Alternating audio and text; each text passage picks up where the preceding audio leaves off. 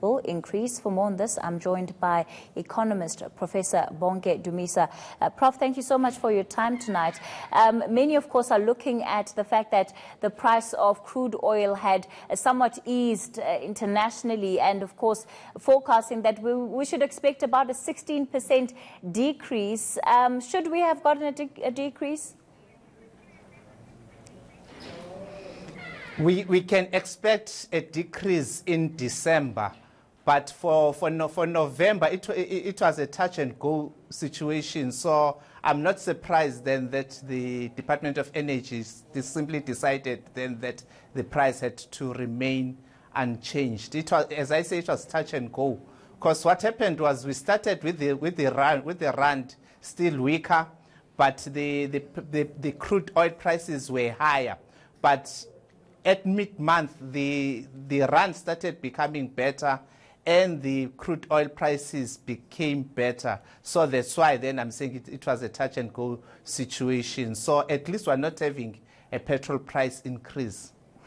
You know, at least it's not an increase, you're correct. But, of course, many motorists are still feeling the pressure of that petrol price being still quite high. Let's talk about diesel and illuminating paraffin, which are going to be increasing now. Is that in line with what you're watching in terms of the international prices?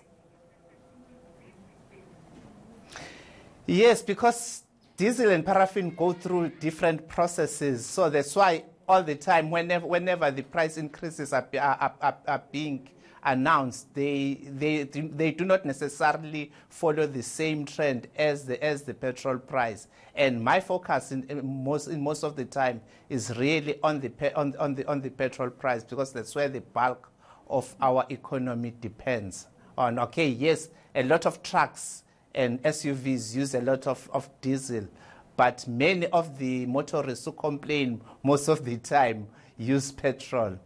And of but course, they do not necessarily follow the same.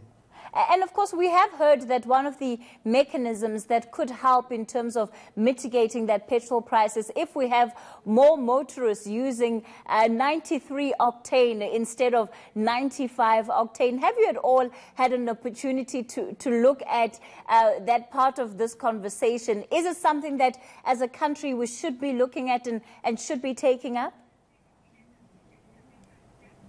I've actually had a conversation with you on ENCA on this particular topic when the government approached the retailers to say this is what they intend doing.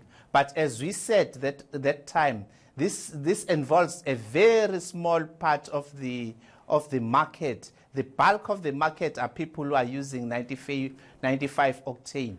And for us, people in KwaZulu-Natal, do not even know what you're talking about when you're talking about the 93 octane, because it's not available in KwaZulu-Natal. But I do agree with the government that they had to use something which does not sell in many places, just to use it as a pilot study to see if ever it can work with the 93 octane.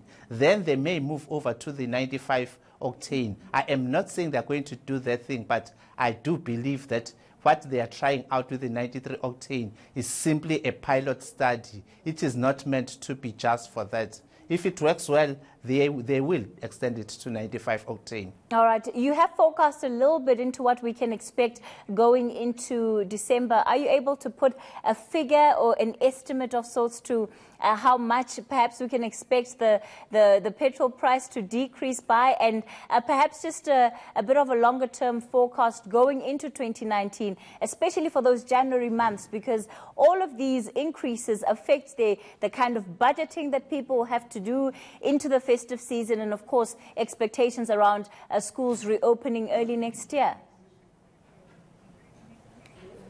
Yes, I can comfortably forecast that in December we are going to have a petrol price decrease. Why am I saying that? It is because when you look at the value of the rand, it has improved significantly. This morning it was at 14 rands 33 to the US dollar, and we are buying our crude oil using the US dollar. And the price of crude oil, interestingly enough, had gone down to about 72 US dollars per barrel, coming up from over 81 US dollars per barrel in August and September. So if ever the trend continues like this, I am hopeful that in December we will have a petrol price increase. But as economists always say, all things remaining equal. So if ever the trend as we had over the past 7 days remains the same, then my prediction is going to be very much accurate.